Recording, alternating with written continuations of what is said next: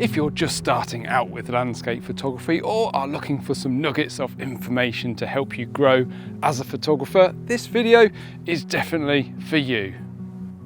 So I'm going to be covering 4 different aspects of landscape photography today: the gear you need, planning, shooting and editing your photos. Along the way, I'll share some great resources and tools as well that will help you take better photos much faster. And also this video is sponsored by Milanote, but more on them later. So let's get into it. If you're new here, my name is Ian Worth and I make a living through landscape photography and I absolutely love it. Now, one of the questions I get asked a lot is, I'm just starting out with landscape photography. What gear should I invest in first because my budget is quite limited?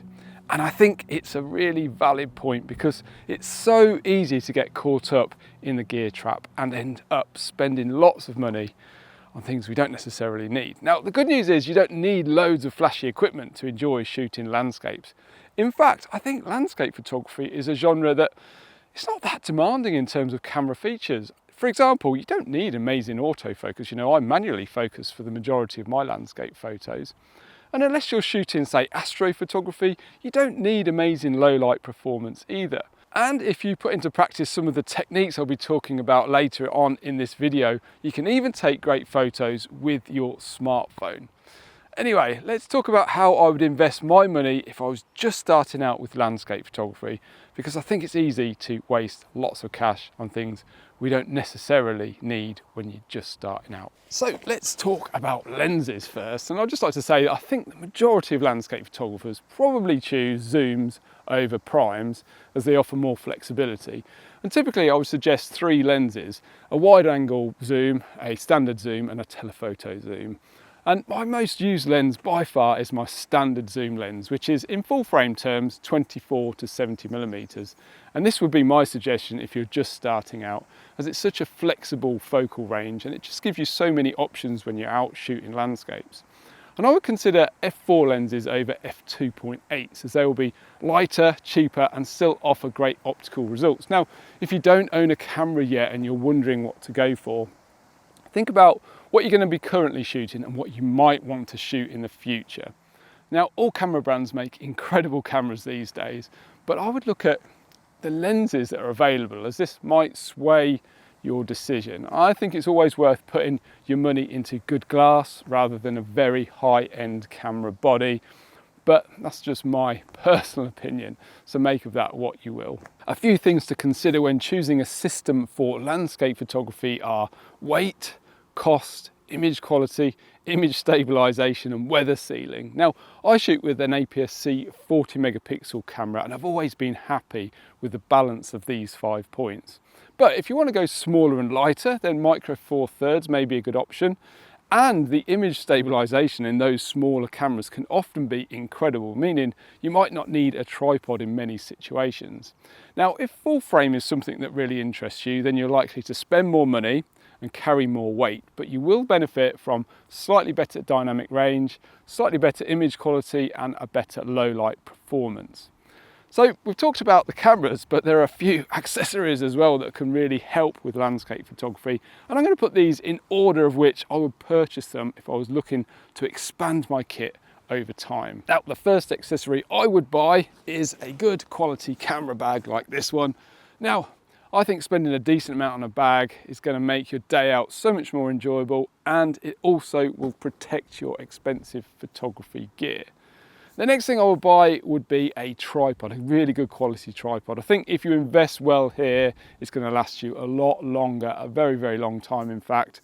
And in my experiences, cheap tripods just don't last that well. Now, filters would be another great addition, but I've put them right at the bottom of the list because they are quite expensive and I don't use them that often. However, they are great if you want to get creative with your shutter speeds, or if you need to take, say, reflections off foliage and water and shiny rocks and those type of things. Now, there are various magnetic sets available like these, but I think buying cheap filters is just an absolute waste of money in my experience. I would consider saving up and getting the best that you can afford, and they will last you a very, very long time. And another thing, it's always worth getting a size that will fit your largest lens and then using step-up rings like these to attach onto your smaller lenses and this will save you a lot of money because you only need to buy one set of filters. Now, a lot of filter sets like this come with a circular polarizer and a set of ND filters as well, which allow you to control your shutter speeds. Now, of course, all of these items are quite costly, so if you're looking to save some money, I'd recommend checking out used equipment companies such as MPB, as that will give you a warranty on the kit that you buy. Now, I've had mixed results buying on eBay in the past, so I would definitely err on the side of caution with eBay. Anyway, they're just a few thoughts on gear, and as mentioned, if you don't have the budget for a camera right now, don't worry, because you can practice all of the points that I'm going to be discussing throughout the rest of this video with your smartphone. And I think the points I'm going to be discussing next are way more important than the gear. So yeah, just bear that in mind. So let's dive into the next section, which is all about planning your landscape photography. When it comes to landscape photography, I think there's two types of photos. Ones we meticulously plan and ones that are spontaneous and reactive. I think both methods are absolutely great in my opinion, but let's talk about planning and some ways in which I gather information. Now, when I think of a good landscape photo, I think of great light, great atmosphere, and a great composition. And this rarely happens just by chance. I think the majority of my planning stems from scouting a location and trying to pre-visualize what that location will look like in different conditions. And I think this is quite a skill in itself, but it does become more natural over time, so it's definitely worth practicing and enjoying. Now, to find my locations, I use a combination of Google Earth and OS Maps. Now, if you go onto Bing, you can access OS Maps absolutely for free, which shows you detailed maps of the terrain and walking routes, making them, great for planning shoots. I've also found that the satellite view on OS Maps is very, very detailed as well, so I'm always using that to plan where I'm going to go. I use the Photographer's Ephemeris website, which shows where the sun will be positioned at any given time of the year, and this is incredibly helpful for planning when you might like to visit a certain location. Additionally, I use weather apps like Clear Outside and Windy to help predict when the conditions might be suitable for a certain location. And I've got a great app that I use for bringing all of this information together, but I want to emphasize how vital scouting locations is first. Now, it's not uncommon for me to visit locations dozens and dozens of times before I get an image that's worthy of adding to my portfolio. But with each visit, you gain more information, refine your compositions, and possibly find new ones along the way. So scouting is definitely a massive part of the landscape photography process, and I think it's something that should be practiced a lot and enjoyed, and I think patience, again, is definitely key. As mentioned, planning is absolutely crucial for making the most out of your landscape photography, and tying all of that information together I think is vital for using it efficiently.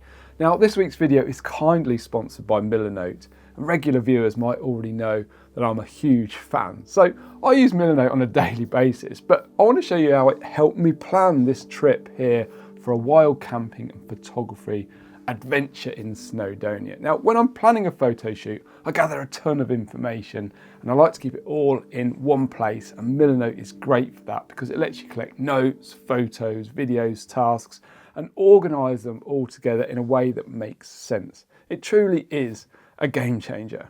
Now, Millernote lets me access all of this info quickly, whether that's on my laptop or my phone. So let's dive into the main board titled Wild Camp and Photo Shoot Snowdonia. And here you'll see an overview of the entire planned shoot. I've got checklists for the equipment I need so I can tick things off as I pack, useful information like maps, local weather and my walking route, and anything created with a web link can be clicked to go straight back to that website, which is super handy for updates on, say, traffic or weather. I've also saved some photos I've previously shot in the area as well as reminders of what's available.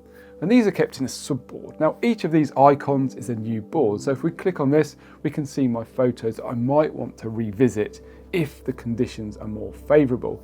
And this serves as inspiration and a helpful reminder when I'm there. You can create as many subboards as you like, which helps you keep your project tidy and looking awesome. I've got another subboard dedicated to local facilities and amenities. And I like to get a little bit creative with my boards as well by linking notes and arrows and colour coding them to make them look visually appealing. Another feature I absolutely love is the ability to share a board with somebody else. So if I'm meeting a friend for the trip, I can share the board with them, which is super helpful as they can have access to the information that I've collected. And one of the best things about Milanote is how easy it is to use. Now, I've built these boards myself, but they've got over 100 built-in templates to get you started. Now, Milanote is available for free with no time limit, so if you want to be super organised on your next photography trip, check out the link in the video description to get started with Milanote. This next section is without doubt the reason that I do landscape photography, and it's to spend as much time in nature as possible. You know, the search and being out in nature inspires me so much, and often taking a photo is simply just a bonus, to be honest. Now, there are many elements that make a great photo, and whilst there's popular times to be out, such as the golden hour, I firmly believe that there are photos to be taken at any time of the year and any time of the day. We just need to align the subject matter to the light and the conditions that we currently have. Now, when conditions are challenging, I tend to search and experiment, and when conditions are great, I try to use that time wisely and focus on creating a thoughtful composition rather than running around trying to shoot absolutely everything. The method I often teach in my photography workshops is my 4 C's method, which I think is a great approach for photographing landscapes. So let's take a look at that. The first of the 4 C's I want to concentrate on is called contrast. Now, contrast can mean many things, such as contrast in texture or contrast between man-made and natural elements. However, the one I want to concentrate on here is contrast in light. The interplay between light and shadow and how that influences the scene in front of us. And I think learning the art of how light makes an image feel can really make or break a photo. Now, I've got a free ebook coming out very, very soon to my newsletter subscribers that discusses light in the landscape, which is well worth a read. There's a link in the video description to my newsletter, so be sure to sign up to that if you're interested, and you'll get a copy of the book as soon as it's released. Now, a few pointers to think about are the angle of light and the direction of light. And typically, the lower the sun is, the more diffused and easier to manage it becomes. And obviously the golden hour brings its own set of merits as well, doesn't it? But combining this low angle of light and the direction of light is also something to consider. Think about how the shadows will change as the angle and the direction of light changes, and try to work out how that will affect your shot. This can be such a powerful technique in the landscape. The next C is colour. Now, I'm a massive fan of creating images with a simple or complementary colour palette. Now, when we've got lots of different colours in the photo, things can get a little bit messy sometimes. So consider looking for areas that have 2 or 3 colours that complement each other in a way that looks aesthetically pleasing.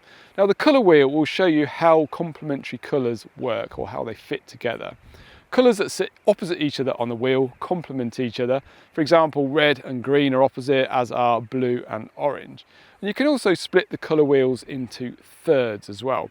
Typically, by using this method, we try to avoid having colours that sit next to each other on the colour wheel, as these can make the image feel untidy. Now, this is definitely not a rule to stick to. You don't necessarily have to abide by this, but it can help you the next time you're making an image in the field. The third C is composition, which involves placing elements of the scene in a certain position within the frame to make a pleasing photo. And we can use the first 2 C's to help with this as well. But arranging elements or subjects in a certain way is a great place to start. Now, I always try to identify a clear subject to start with, whether that's a tree or a mountain, for example. I then try to find supporting subjects that can complement that main subject, while bearing in mind how colour and contrast affects the scene. Composition is a massive subject, and I wrote an ebook explaining my entire thought process on composition, which you may find interesting. You'll also find that down below as well if you're interested. So we've used the first 3 C's, contrast, colour and composition, to frame up our shot. It's now time for the 4th C, which is capture, the all important moment when we actually press the shutter button. Now, I like to break capture down into 2 sections, timing and technique. Now, timing refers to the moment that we decide to take the image, and technique refers to the settings that we're going to use to capture that said image. Now, timing is easy to mention, isn't it? It's the moment that we feel is right for the conditions that we've currently got. Typically, if I'm shooting sunset, for example, I'll take a number of shots over a period of time and choose my favourite one when I get home. And quite often my composition will be the same for all of those photos, which enables me to get the very, very best from that composition. Now, technique or camera settings is something that is worked out on an individual basis. Now, every photo is going to be different. Typically, I'll keep my ISO as low as possible and choose an aperture of around, say, f8 or f11 to get everything sharp in my photo from front to back. My shutter speed will depend on the current light or the creative effect that I'm going for. So that is my 4Cs method. Now, let's dive into the all-important section, which is editing your photos. The final part of this video is just as important as the rest, and it's editing your images, you know, just to make them sparkle a little bit. Now, there's a couple of options when it comes to taking an image that can influence how you edit it, and that's whether you choose to shoot in JPEG or RAW. Essentially, a JPEG file has a baked-in look that your camera applies at the time of capture. You can set various presets depending on what you like.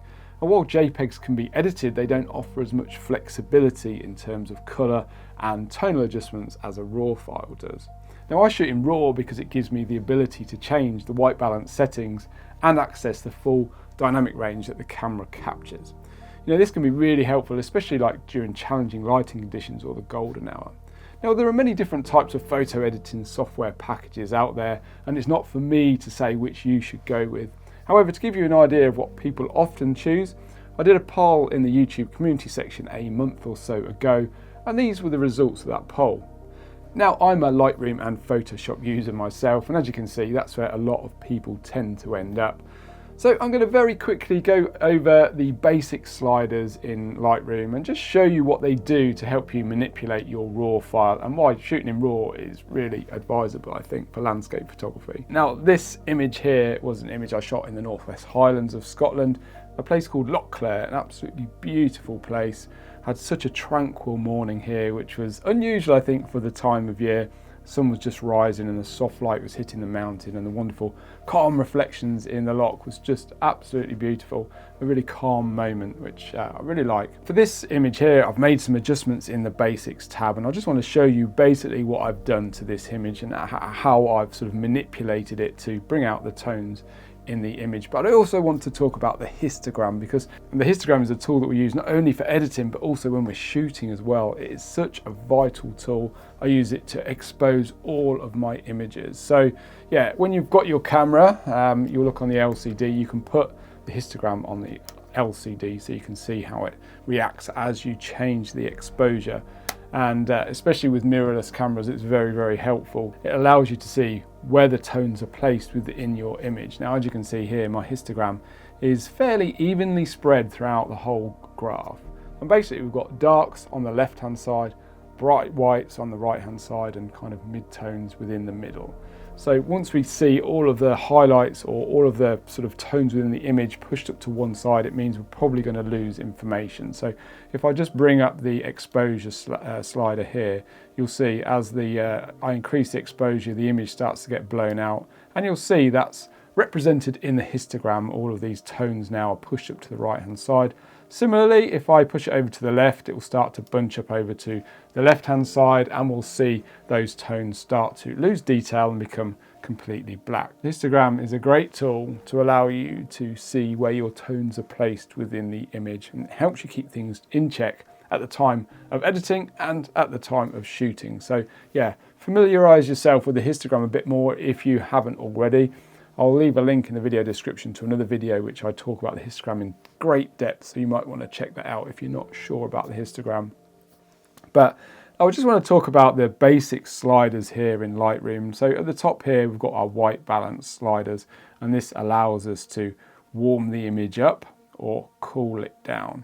Like I mentioned before, if we're shooting RAW, we've got a lot more flexibility in how the colours are manipulated, or how we're allowed to manipulate the colours. Typically with a JPEG, we'll find when we do strong colour adjustments to the image, we might get banding or artifacts within the image. So yeah, shooting in RAW allows you to manipulate those colours a lot more by either warming up or cooling down. Underneath, we've got the tint slider, which allows us to adjust the tint of our white balance. So if we push it this way, it goes to magenta. If we push it that way, it goes more green. So let's just undo that. Below that, we've got exposure, contrast, and this really section here really allows us to adjust the tones within the image, so we can increase the brightness of the shot, or we can adjust contrast, make it more contrasty, less contrasty, recover highlights, or lift the shadows or make the shadows darker. So these sliders here really target specific tones or specific luminance values within the image. So below that we've got the presence tab, and that allows you to change things like texture, clarity and dehaze. These are quite handy for just adding sort of micro adjustments to the texture in your image, or maybe adding some negative dehaze can really give it a more misty or atmospheric look. So they can also take away mist as well. So if you wanted to maybe make those areas at the back a little bit clearer, you could do that with the dehaze tool. And below that we've got vibrance and saturation, and we can still use all of these sliders. If we shot in JPEG, we just won't have as much flexibility. And as you can see here, I've boosted my vibrance and saturation up quite a bit in this photo. If I take them back down to their original state, you'll see that the image feels quite flat, and that's what we'll tend to get with a raw file. The image will be intentionally flat. It's really up to us to bring out those colours and enhance the image. So you're going to spend more time editing a raw file than you would if you shot in JPEG, but then you've got more flexibility to manipulate the tones and colours, which I think is vital for putting your own stamp on the image. So yeah, just a brief overview of the basics tab here in Lightroom and what the histogram does.